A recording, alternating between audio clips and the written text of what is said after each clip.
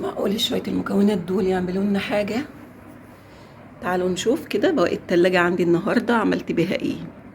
هعمل النهاردة صينية العزومات وصينية العيد اللي بنشتريه بأغلى. شوفوا نفس السمك ده، عيش عادي، عيش مدعم عادي رقيق. انا لقيته حجم الطاسة بتاعتي زي ما انتم شايفين، فجتني الفكرة. عندي صدور الفراخ اللي الولاد بتغضب عليها، عندي زيت، عندي لبن رايب. كان عندي شوية رايب وكان عندي شوية قاطع كده لسه سايل برضو. حطيتهم على بعض وحطيت عليهم بيضة وملح وفلفل وزعتر. وهنا ده حوالي 3 معالق جبنة ميكس سايح على بعضهم الحار. تعالوا شوفوا بقى النهاردة هعمل ايه، العظمة اللي هنعملها النهاردة، الصينية بتاعت العيد اللي احنا بنقول عليها صينية ايه. قبل ما تشوفوا باقي الفيديو قولولي في الكومنتات هي ايه. هوريكم خطوة خطوة. انا بصور لوحدي كده ومش معايا الحمل، بس قررت النهاردة ان انا لازم انزل الوصفة دي، ان الفكرة دي بفكر فيها بقالي مدة، فقررت النهاردة. بس للأسف كان نفسي الاقي عدد اكبر، لقيت دول بس هما بالنسبة لي كويسين علشان على حجم الطاسة. هو العيش ده اللي احنا بنجيبه على البطاقة، ساعات بجيبه كده بينفع في الفطار، ما هوش وزنه كبير يعني، فقلت ايه حاجة كويسة كده نعملها النهاردة. يا ترى الوصفة دي هتطلع ايه؟ قولولي كده، هتطلع حلوة؟ هتطلع زي اللي احنا بنشتريه ولا لأ؟ اهو لا لحمة وصفتنا النهاردة، لا رقاق ولا لحمة ولا زبدة، ما عنديش زبدة، ده زيت ذرة، ولا ايه كمان، لا رقاق اهو ولا لحمة ولا زبدة ولا حتى حليب ولا حتى شوربة. يا ترى الوصفة دي اللي من بواقي التلاجة هتطلع حلوة ولا وحشة؟ تابعوا معايا الفيديو للنهاية واحكموا في النهاية وقولولي في الكومنتات ايه رأيكم في الفكرة. وزي ما قلت لكم الخلطة دي، الوصفة دي حصري لأول مرة هتشوفوها. انا عمري ما شفت حد عملها قبل كده، بس جات لي الفكرة كده من سمك العيش ده، وان احنا داخلين على العيد كده، فقلت ايه المانع ان انا اجرب.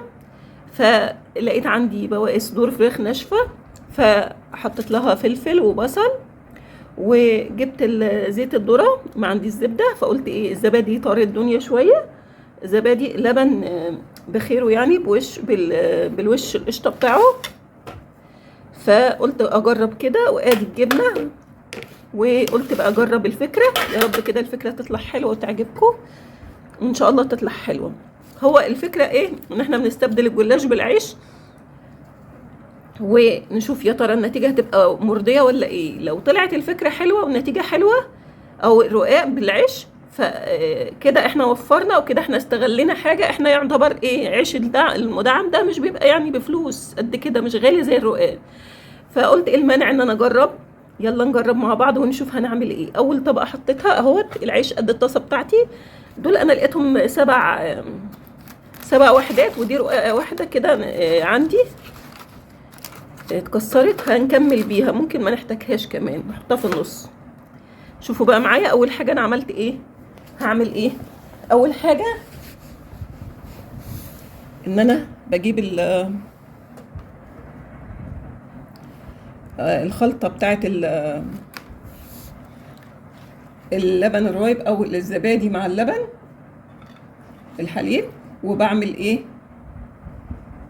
بدهن الفرشه من دي ومن دي كاننا بنرسم كده وبنلون طبقات كده لحد الاخر. مش عارفه الكاميرا جايبه ولا لا، تهيألي جايبه، هنقربها شويه. هنعمل بقى كده نص الكمية 4 طبقات اهو، زي اهو كده الكاميرا جابت. باخد طبقة فرشة لبن على زبادي، وفرشة زيت، وبحط كده الطبقات فوق بعضها، بحط نص المقدار واحط الحشوة، وبعدين ايه احط نص الايه العيش التاني. هعمل 4 طبقات عيش، هكمل نص المقدار وارجع لكم. وبعدين بقى بوزع الحشوة، عملت نص المقدار زي ما وريتكم كده، بدهن فرشة زيت وش وظهر، وادهن لبن، خلطة اللبن على البيض، وابدأ احط الحشوة على وش على نص المقدار اهوت. الحشوه هتبقى كتيره طبعا، ممكن اعمل بيها مرتين. بصل على فلفل، فلفل اخضر على فلفل حار على ملح على فلفل على زعتر. دي الخلطه اللي انا حاشيه بيها الرقاق بتاعي، صينيه الرقاق بتاعتي او الجلاش الكباب. خلوها سموها رقاق سموها جلاش، هنشوف في الاخر هتطلع ايه.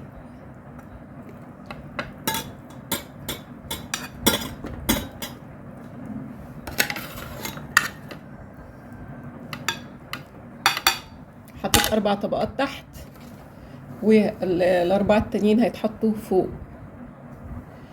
اهوت. باخد فرشة لبن انسمه باللبن.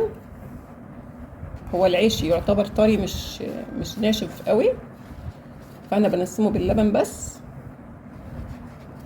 وباخد الزيت وش وظهر، وابدا اكمل ايه باقي الايه الطبقات. نفس الوضع اهو، لبن او زيت بقى، لبن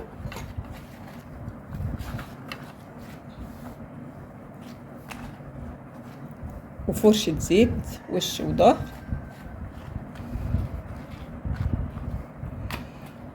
احاول اغطي الحتة اللي فيها الحشو عشان ايه ما تتحرقش، بس كده. وادهن تاني.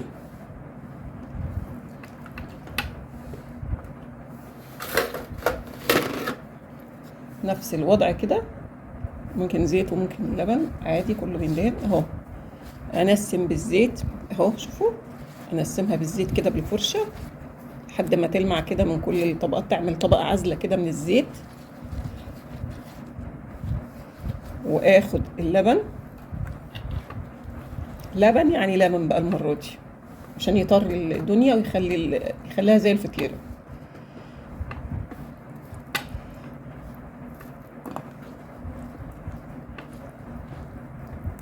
يا رب كده الفكرة تعجبكم وتعرفوا تطبقوها وتطلع حلوة. كل الناس اللي بتحب الحاجات الجوسي والحاجات اللي هي محشية وعليها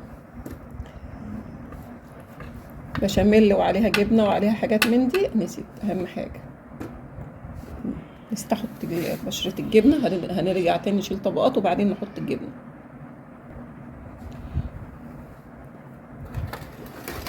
بناخد بقى ايه حتة جبنة، نص مقدار الجبنة كده، هي سايحة اساسا، هنوزعها كده وخلاص. كده كده ان احنا اللي هناكلها. احاول اوزعها كده بالراحة وارجع لكم. ونبططها كده على وش الحشو.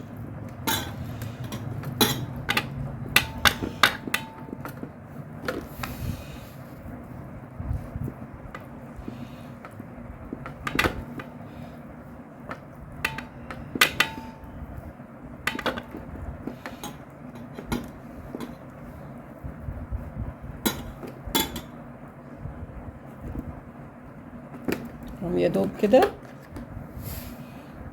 ونكمل بقى ايه، نرص تاني اللي احنا كنا عاملينه، نرصه تاني. انا حطيته كده لحد ما ايه خلصنا كده. دي اخر ايه طبقة اللي هحطها. يا رب كده تكون الفكرة عجبتكم وواضحة.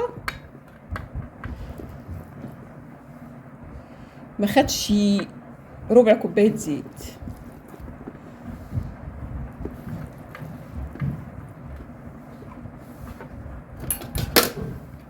هو كده اخد حشوة حلوة. حط العيش على الظهر.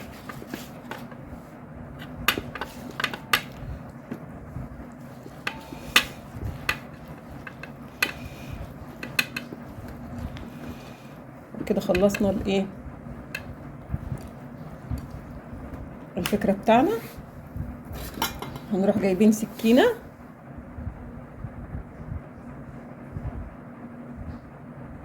ونقطعها، او نخليها زي ما هي، ممكن نقطعها، ممكن نخليها كده زي ما هي ونقطعها بعد ما تطلع. بس الاول بقى هنعمل ايه؟ انا هحاول اديها كل كميه الزيت عشان ايه الطبقات ما تعملش من بعضها، ما تعزلش من بعضها. واحط بقى ايه باقي التشريبه بتاعتي اهيت، او جزء منها. لو احتاجنا هنحط، مش هنحتاج ان شاء الله اكتر من كده. ده بقى اللي هيديني اللون الحلو اهو. ادي التشريبه اللي غطت الحشوه بتاعتي وفرشه زيت. يعني الفكره كلها في ايه؟ في العيش. ادي صينيه رقاق اهيت عاديه جدا، بس فكره حلوه. بس بدل ما ايه رقاق من غير رقاق،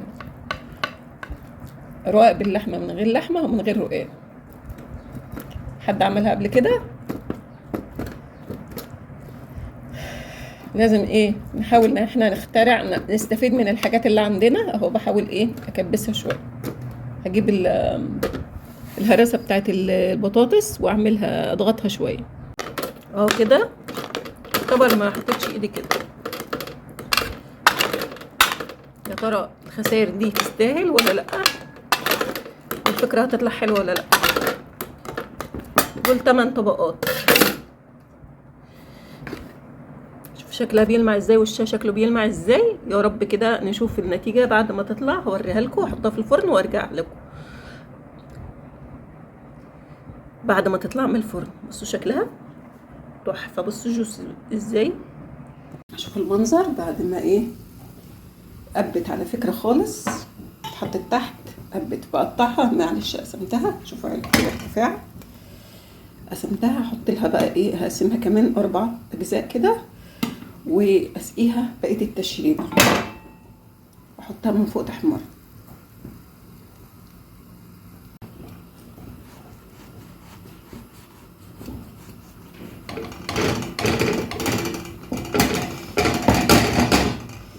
ممكن اقسمها 8 كمان، هي طريه وتستقبل.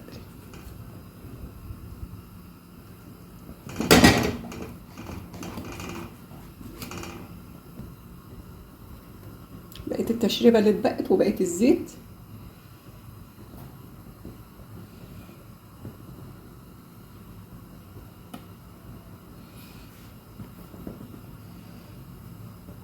وزعه بالفرشه كده كويس.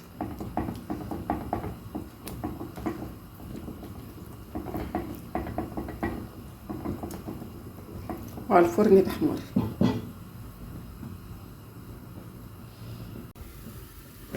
وده شكلها في الفرن زي ما انتم شايفين. فرن البوتاجاز العادي. شايفين ان ارتفعت ازاي في الفرن. وده الشكل النهائي بتاعها. شايفين جميله ازاي؟ ايه رايكم في الفكره؟ طراوه البيتزا وطبقات الرقاق وخفيفه ما فيهاش دهون كتير. بصراحه اكله تحفه. بصراحه فكره جميله. يا رب كده تعجبكم وتجربوها وتقولوا لي رايكم. بصوا معايا كده، شوفوا معايا القطعه بتطلع ازاي.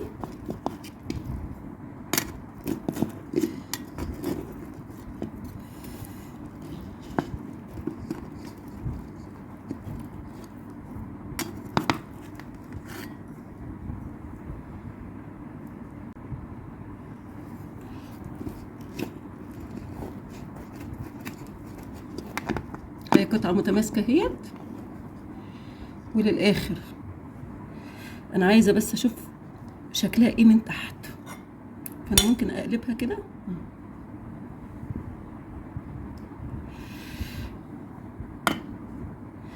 بصوا كده معايا الطبقات باينه ازاي، وكأنه رقاق فعلا. مش بصوا معايا القطعه متماسكه ازاي. شايفين شكلها؟ الطبقات باينه كأنها فطيره شرقي. بصوا شوف الحشوه، شوف الجبنه بتمط على فكره، ومستويه ومتماسكه.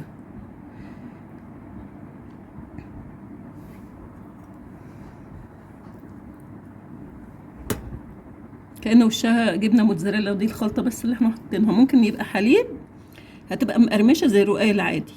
دي مايله للبيتزا شويه. وده شكل بقى الوجبه بتاعتي النهارده. حجم نص الكف من الجلاش او الرقاق الكداب ومعاها ايه حجم ايه يعني كف الا ربع تقريبا رقاق وكف الا ربع بطاطس و3 زيتونات وحوالي طماطمايه كبيره او طماطميتين صغيرين وخيارايه يعني تقريبا كوبايه سلطه كوبايه وربع سلطه. اتمنى كده اكون افدتكم كده بفكره جديده